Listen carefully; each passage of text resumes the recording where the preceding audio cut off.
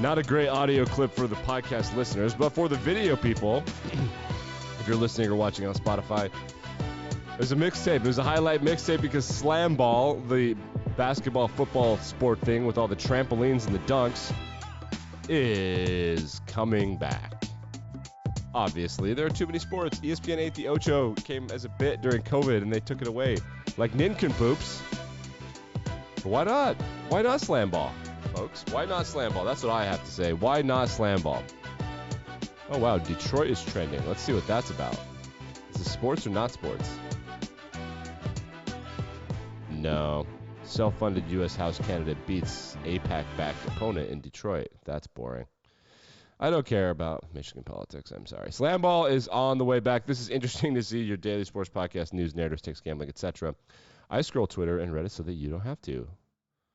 Give me a 5-star rating on Apple Podcasts. Watch on YouTube. Subscribe, unsubscribe, resubscribe. Do whatever you need to do if you like it. Going to be a quick one today. We're going to shit on the University of Michigan a little later. So that'll be fun. The takes are flying. Everyone is really excited because football is back. The Las Vegas Raiders and the Jacksonville Jaguars are playing a game at 8:01 p.m. Eastern Standard Time in the year of our Lord 2022. It's the Hall of Fame game. Preseason starts in earnest 1 week from today. You can bet on it. The Jags are 2.5-point underdogs. I don't know who their backup quarterback is. I don't know. Let's Google it. Jaguars backup QB. C.J. Beathard and the Raiders backup QB. It used to be Marcus Mariota. It's not now. See, this is the kind of thing you got to get your muscles ready. Raiders backup QB. Garrett Gilbert. Ew. What? Nick Mullins. Jesus. Yeah. I mean, I wouldn't bet on this game. But you can if you want. There is money to be made in the preseason. Usually the real preseason starts there's 3 weeks in the preseason now. There used to be 4, and the way it used to work is that the third preseason game was like the walkthrough, and then Sean McVay was like, yeah, I'm not playing starters in preseason. That's dumb. There's nothing to get out of that. And they're like, well, it's a warm-up. And he's like, well, it's still stupid. Kind of agree. And now, so then the fourth preseason game used to be the last prayer for people who were trying to make the team, and now they're like, well, that game is stupid and irrelevant. And we're like, well, if starters are going to play with, so they got rid of 1. Eventually, it'll be down to 1 or 2.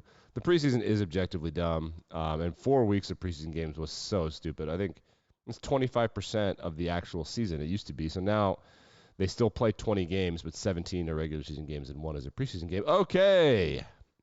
Backlash over Deshaun Watson continues. As expected, the National Football League has elected to appeal the suspension. And who do they appeal to? Themselves, of course, which is hilarious. So the way that it works, I think I've explained this, an independent arbitrator, Judge Sue Robinson. She has the ability, or she was tasked with handing down punishment. She handed down 6 games for Deshaun Watson, 6 games for Stephen Ross. The NFL can appeal whatever it wants. Stephen Ross is an owner and a billionaire, and he doesn't have a union, but he's a billionaire. Deshaun Watson has a union, and the union was like, we're not going to appeal. The NFL has appealed the decision, and they are recommending this is official, per Jeff Darlington, who used to be with ESPN. I don't know who he's with now. I don't know these people. They are just a blue check mark, who is sort of reputable, has said that the NFL wants an indefinite suspension with a minimum of a year plus a fine. Remember, he was suspended 6 games, Deshaun was, but there was no fine. His contract is structured, this is disgusting, his contract is structured as such that he only makes $1 million this year because he knew that he would be suspended. And so the Browns, they didn't pay him any money this year. Most contracts are front-loaded, and then they're back-loaded. So there's like the salary in the middle is not much, but they make an ass ton in the front, and they're owed an ass ton in the back end. Deshaun Watson is making no money right now. Like a couple, way less than rookie money for his new extension. And the reason that is because they knew he'd be suspended. When you're suspended, you can't make money, which is disgusting. It's him saying, like, I'm obviously going to be suspended for a year-ish, so let's backload the contract. And the NFL is going to be like, no. The way that this will work now is that the NFL will appeal to itself. Hilarious. I can't believe the player signed that. I mean, it was a good CBA for money, but that's a bad deal. So then the NFL will appeal to itself. It'll do whatever it wants, which will be at least a year. And then they'll fine him probably. And then Watson can sue in court. He will lose that lawsuit. But while that lawsuit is happening, he could be able to play. So what could theoretically happen is he could play for like 2 weeks at the beginning of the year if a judge orders a stay while the court hears the case, and then he gets suspended for a year. And if this suspension lasts into next year, he'll lose a lot of money, which people want. And the backlash is it's still there. The NFL dropped the Stephen Ross stuff as a way like, oh, look over here, sexual assault didn't happen, and everyone's like, yeah, no, Deshaun Watson, fuck that guy. Which is fair enough. Adam Schefter reported, Deshaun Watson has been adamant and steadfast in his belief that he believes that he didn't do anything wrong. But the Haslam's just put out a statement that said he's obviously remorseful. No. So we'll see how that goes. Aaron Rodgers opens up in an interview with Sports Illustrated about how he used the hallucinogenic DMT to help him reach a new point in his life. You don't fucking say. He showed up to training camp looking like Nicolas Cage in Con Air with the wife beater. What the fuck is he doing, man? It's hilarious. Sports Illustrated, more interesting. Let's look at this. Sports Illustrated has something on their Twitter page. It says, see this right here? Sports Illustrated, text us at 917-503-9577. Why? To chat? Has it gotten that bad, guys? Weird. No, I'm not going to text you. What? You can't have my data. You guys kind of suck now. Yeah, anyway, Aaron Rodgers using DMT is the least surprising thing ever. Remember when he was engaged to Shailene Woodley, but now he's with someone called Blue of Earth. Allegedly, he got a tattoo with a couple lions on them looking at each other. His inner line, I don't know what's going on, but it is hilarious. Training camp news, couple highlights. Highlight number one is this guy, Trevor Penning, the first-round tackle for the New Orleans Saints. He got kicked out of practice for starting a fight for the third day in a row. Just starting shit. Men being men. It's going to make a lot of his teammates mad if he's bad, because then it just makes him look like he's trying to be a tough guy.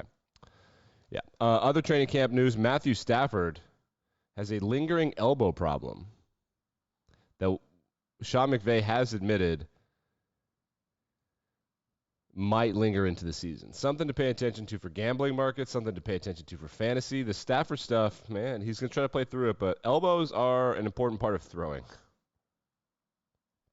Who knows? The way he throws so hard, he might need Tommy John. You don't know. Who the hell knows?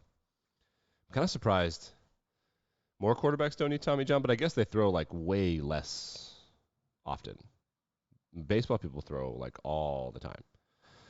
So I suppose that's possible. Let's get a take from Colin Cowherd. So the Padres got Manny Machado a couple years ago. They have Fernando Tatis Jr. Now they've traded for Juan Soto. And Colin's like, how can they afford all these people? So he supposes something. The Padres are the small market team that spends like a big market. Right. Explain it to me. Okay. I think it's the $100 billion surplus California has as a state.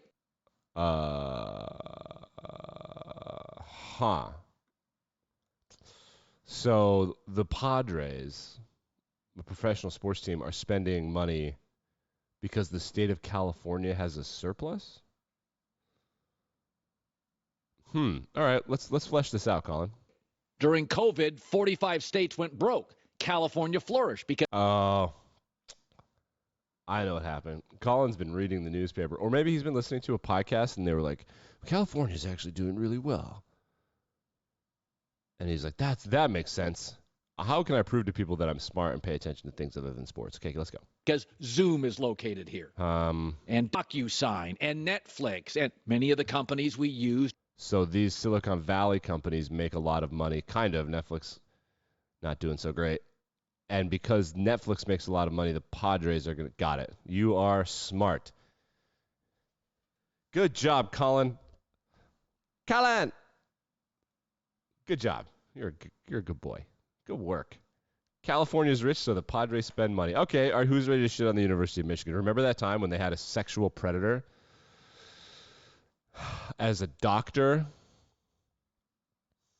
and the football team knew about it. Bo Schembechler, that guy, the legendary coach, was just like joking about how the doctors fondling and like molesting and sexually assaulting his players.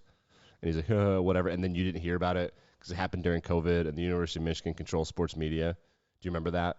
No. Rich Eisen, Mike Tirico, silent on this. Tom Brady, silent. From an amount of victim standpoint, it's like right up there with like Larry Nassar. Like just disgusting. The fact that they have an athletics program is gross. Well, it turns out their hockey program is fucked up too.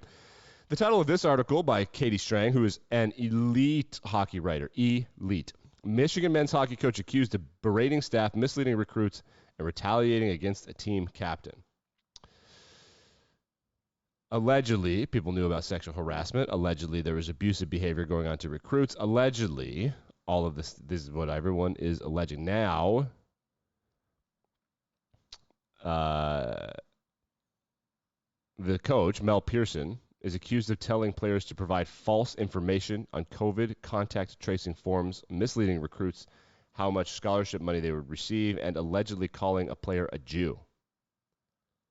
So, but you won't hear about this that much. There'll be a couple articles. Some people in the state of Michigan will get mad, but then because Michigan is where a lot of these guys that run sports media behind the camera and in the editorial staff rooms went to college. Michigan, Syracuse, Northwestern, that's where sports media went to college. So you're going to shush, shush, shush, shush, shush, shush, shush. That's what's going to happen. Nothing. Also, it's hockey. Nothing will happen. I cannot believe the NCAA haven't punished them for their, like, literal sexual predatorial bullshit of their football program, and nothing happened. So this doesn't surprise me. If you want to read more about it, it's going to be sort of all over the internet for like 25 minutes, and then you'll miss it. There will be some good TikToks about it. There will be some good tweets about it. But again, like I said, people are not going to talk about this because it's Michigan. So this guy has been doing this allegedly for years. On Monday, the athletic director, Wade Manuel, made some sort of statement. Quote, "We are unable to comment on personnel matters." Oh. Neato. And apparently, like, the amount of players that have come out about this guy are egregious. Like, all of the players are like, yeah, he's a piece of shit. Michigan is a very proud hockey program and has produced some good players, but recently they produced all of the good NHL prospects, including a guy named Owen Power, which is the sickest name ever, Owen Power. So we'll see what happens. My guess is literally nothing. I bet the guy leaves or is fired or whatever, but the Michigan sports media cartel is legit. Just keep telling people Michigan is a gross program and that they're just as dirty and screwed up. I mean, it's one thing to have tried to cheat to win games. It's another thing to allow like sexual harassment and anti-Semitism at like all of your sports. Not a good look just because Rich Eisen is like the 75th best NFL commentator. That's going to do it. Interesting to see. He'll be back and better than ever tomorrow. We are going to break down every play of the NFL Hall of Fame game. But we're all going to talk about it, and we're going to talk about what to watch this weekend. Next week, we've got real NFL preseason football, fantasy drafts, all that stuff is coming up. Like, rate, review, subscribe. Back and better than ever tomorrow.